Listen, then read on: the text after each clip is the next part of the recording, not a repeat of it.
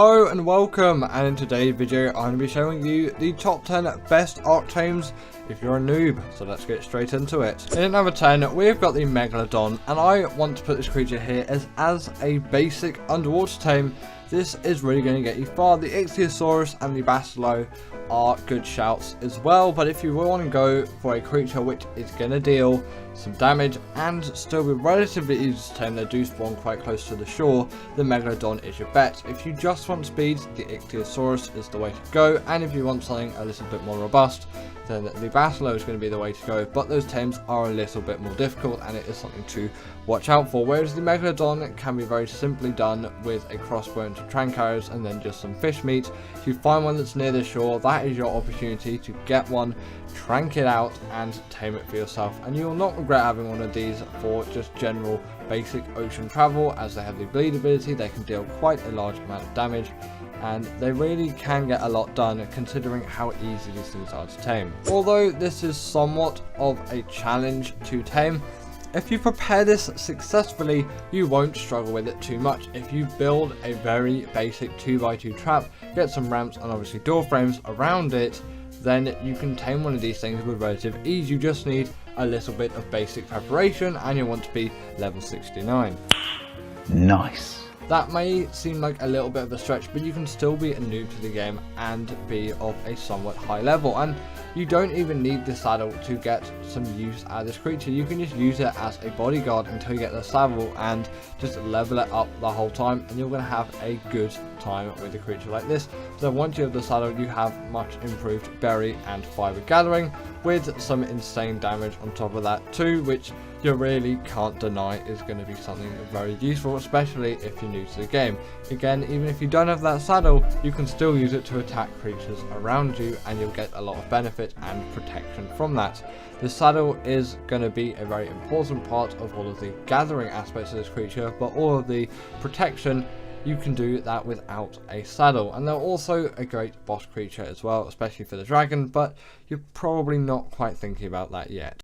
The Beals next, as I find this is a really effective just general travelling mount around the map, and its cement paste gathering is insane. And if you ever get caught up on gathering cement paste as a resource, either go to beaver dams or tame yourself one of these things and kill loads of insects. You're going to get tons of it and you're never going to need to really go out and get any more until you do actually in fact run out.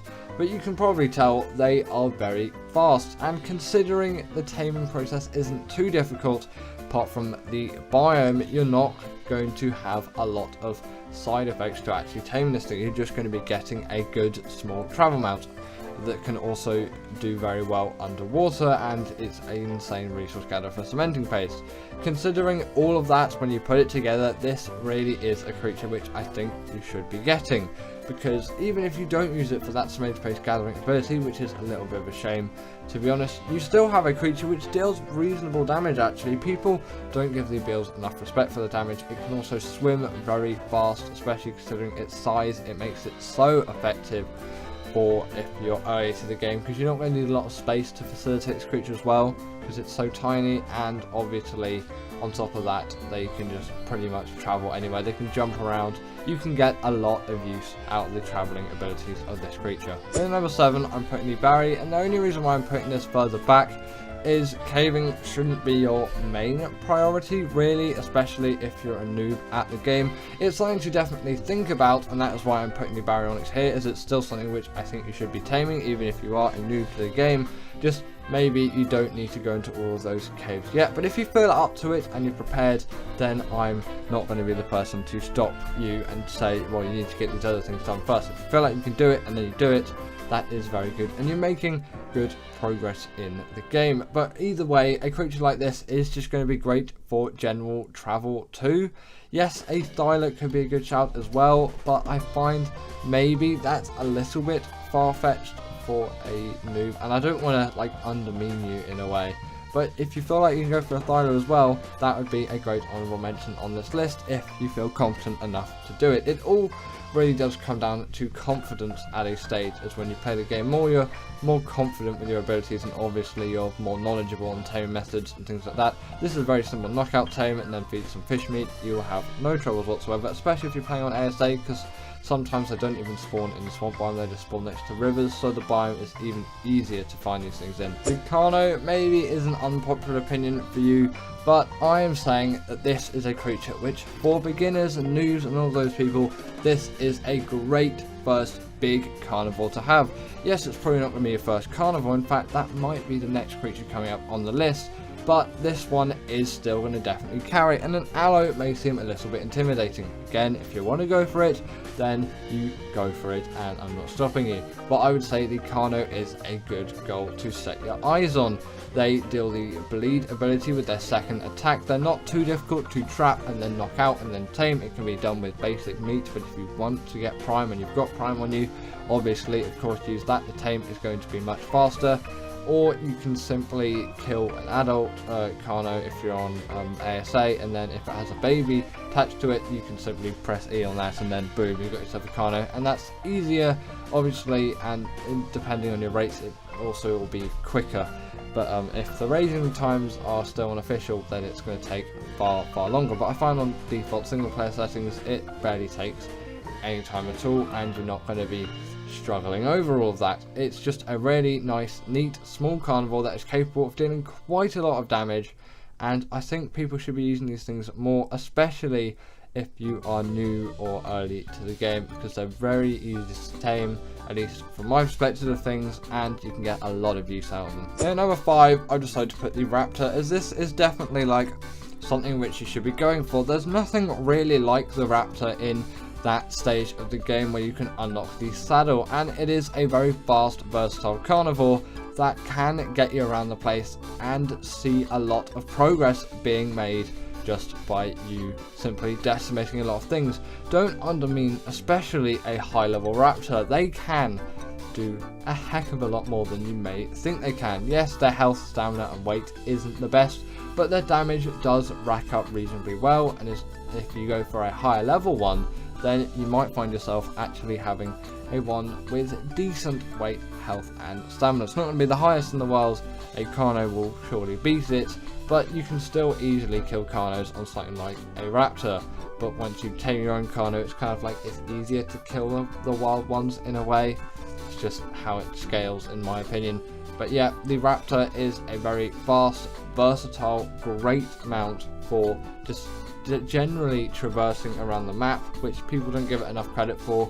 It is a reasonable travel mount, you can get a lot done with it, and it deals a very nice amount of damage. Fast attack speed, of course, it can be bowlered as well, so it's incredibly easy to tame. Simply bowler it and give it a few tranks. As long as the rest of the pack is somewhere else or has been killed off, then you'll have no troubles taming this thing whatsoever. Now I'm putting the Mwing here in at number 4 because it is just such a good travel mount, and as long as you have Genesis Part 2, this is going to be a really good one for you. And I think it spawns on Fielder as well, which is a free DLC. But if you do not have any of those maps or you're not playing on them, it's fine. You can pretend like I was never talking about this creature at all. But I think you should still have knowledge of this. Its saddle is unlocked at level 18, and it is the best traveling mount out there with no competition. You can use a couple of signs, usually about 3, to trap this thing within them and then trank it out with no issues whatsoever. And then you can even get a really high level one just straight off the bat, and you have yourself the best travel mount in Ark. Considering this saddle was unlocked at level 18, like I've said before, it is just insane how much speed and versatility you can get out of these creatures, which is why they're just so good for noobs or people who are early into the game. But again, if you don't start on the map where they actually do spawn, you can obviously transfer them over, but I won't get into transfers today, and that's so you can get them onto your other map, or simply wait, and then when you go on those maps, tame one and see what you think of them. They're also pretty good swimmers as well, act as a portable feeding trough for when you're breeding stuff, and they can gather berries too. At number 3, I've decided to put the Stego here, as this is an incredibly useful berry gatherer, and it'll probably be the best one really just across the whole game. Yes, the like the Strider and the Bronto and the Diplo maybe gathering more berries, but in terms of just how easy these things are to tame and just how many berries you can simply get out of them, it is truly insane. And I love the just like ratio between how easy these things are to tame and just how much use you actually get out of them. A Parasaur and a Trike is a good shout as well. I'll give them a brief honourable mention here, but I'm mainly going to be talking about the Stego because I really just prefer this creature. And yes, a Parasaur is probably what you're going to net yourself first, and that is totally fine. Don't feel ashamed to tame yourself a Parasaur and really like the Parasaur, but try and aim for something like a Stego in the future afterwards, and you're going to have a much better time with berry gathering. Also, if you're getting into PvP as well, which, you know, most people probably aren't, especially if you're early on into the game, then you can use these things as turret soakers as well. So if you're thinking of doing some basic raids and there's a base that you want to raid which got maybe, let's say, a couple of turrets or even just one turret on it, then try and soak it with the Stego and see what happens, you know, test it out. But also, you know, be careful because those situations can very easily end badly, and also if the players are online as well, you can find yourself in a bit of a sticky situation. But this is really a creature which I think you should be considering to get, and if you don't get one, what are you doing? Then at number 2, I've decided to put the Argentavis, as this is really going to be something which you're going to want to go for. Again, these saddles are unlocked in the like level 60 odds, but really if you get a basic trap and then trank this thing out, or sometimes you don't even need a trap if you're going for low levels, you're going to find no issue with taming this thing, apart from the biome can be a little bit hostile. Again, just some basic preparation of items and things to fend off some enemies, and maybe the creature which is actually in the number 1 spot as well to help you out along the way. It really does make this tame a lot easier actually. And then you've got yourself an insanely great transporter of all things metal, crystal and obsidian, because it's got 50% weight reduction on all of those. Its saddle also acts as a smithy, so if you ever need to craft some metal tools or repair metal tools on the go, that is a very useful thing. And if you think you're doing caves again, that is going to be very useful, because the Arthropleuras or centipedes, you might not know what I mean by Arthropleuras yet, but you will eventually. Then yeah, they will break your armor if they do spit at you, so you know you want to be careful for that, and actually just avoid them if possible if you're getting into caving scenarios. But eventually one of them is just going to break your armor, and having some metal in your RG just so you can repair that once you're out of the cave is going to be very, very nice to you. Then you can pick up a wealth of creatures too. If you have a friend as well, you can obviously pick them up with this, and you can pick up a small creature in the mouth of this tame as well.